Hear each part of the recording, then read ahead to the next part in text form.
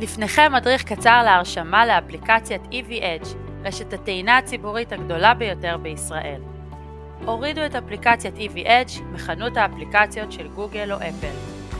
בפתיחת האפליקציה יופיעו מסכי ההסבר, בהם תוכלו לקבל טיפים כיצד להשתמש בעמדות הטעינה שלנו. לאחר מעבר על דפי ההדרכה תגיעו למסך הבית. במסך הבית לחצו על המילה התחברות. בתחתית מסך ההתחברות לחצו על כפתור הרשמה לאפליקציה ללקוחות חדשים. במסך ההרשמה מלאו את פרטיכם. שימו לב להקיש ולבחור סיסמה. בסיום לחצו על המשך או על הרשמה לאפליקציה ללקוחות חדשים, בהתאם לנייד שלכם. אשרו את תנאי השימוש, והאפליקציה תיצור חשבון חדש ותעביר אתכם למסך הבית. שימו לב, לאחר ההרשמה יש להכניס פרטי אשראי לאפליקציה.